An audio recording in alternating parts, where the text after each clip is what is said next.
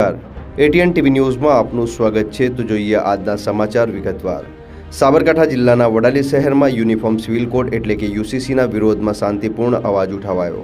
વડાલી સાથે સાથે નવાનગર જેવા ગ્રામ્ય વિસ્તારમાં પણ ગુજરાત મુસ્લિમ હિત રક્ષક સમિતિના આહ્વાન હેઠળ મુસ્લિમ સમાજ દ્વારા જુમ્માની નમાઝ દરમિયાન પ્રતિકારાત્મક વિરોધ નોંધાયો હતો।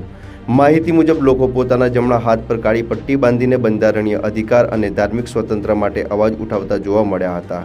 સમિતિએ આ કાર્યક્રમ સંપૂર્ણપણે શાંતિપૂર્ણ રાખવાનો સંદેશ આપ્યો હતો અને સમાજની એકતા સાથે જોડાઈ પોતાના હકો માટે અવાજ ઉઠાવતા અપીલ કરી હતી।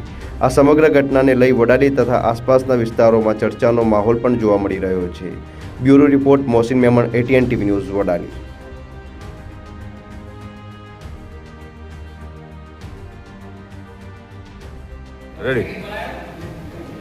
ભારત એક એવો દેશ છે જ્યાં વિવિધ ધર્મો, સંસ્કૃતિઓ અને પરંપરાઓનો સંગમ છે।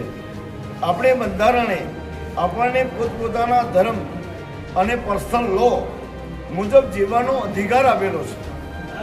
મુસ્લિમ સમાજ માટે શરીયતના કાયદાએ માત્ર પરંપરા નથી પણ આપણી આસ્થાનો એક અતૂટ ભાગ છે। યુસીસીના અમલીકરણથી આપણી આ ધાર્મિક સ્વતંત્રતા અને વર્ષો જૂની ઓળખ પર અસર પડી શકે તેમ છે। હું સરકારશ્રીને આ વિડીયોના માધ્યમથી સરકારને નમ્ર અપીલ કરું છું કે કોઈપણ કાયદો લાવતા પહેલાં મુસ્લિમ પર્સનલ લો બોર્ડ અને ધાર્મિક વિદ્વાનો સાથે યોગ્ય પરામર્શ કરવામાં આવે। લોકશાહીના મૂલ્યોને જાળવી રાખીને લઘુમતીઓના અધિકારોનું રક્ષણ કરવામાં આવે।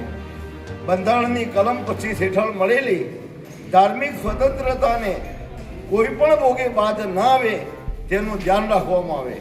સમાજને વિનંતી, મારા સમાજના ભાઈઓને પણ વિનંતી છે કે આપણે શાંતિપૂર્ણ અને બંધારણીય રીતે આપણો વિરોધ નોંધાવીએ, લો કમિશનને આપણા પ્રતિભાવો મોકલીએ અને એકતા જાળવીએ।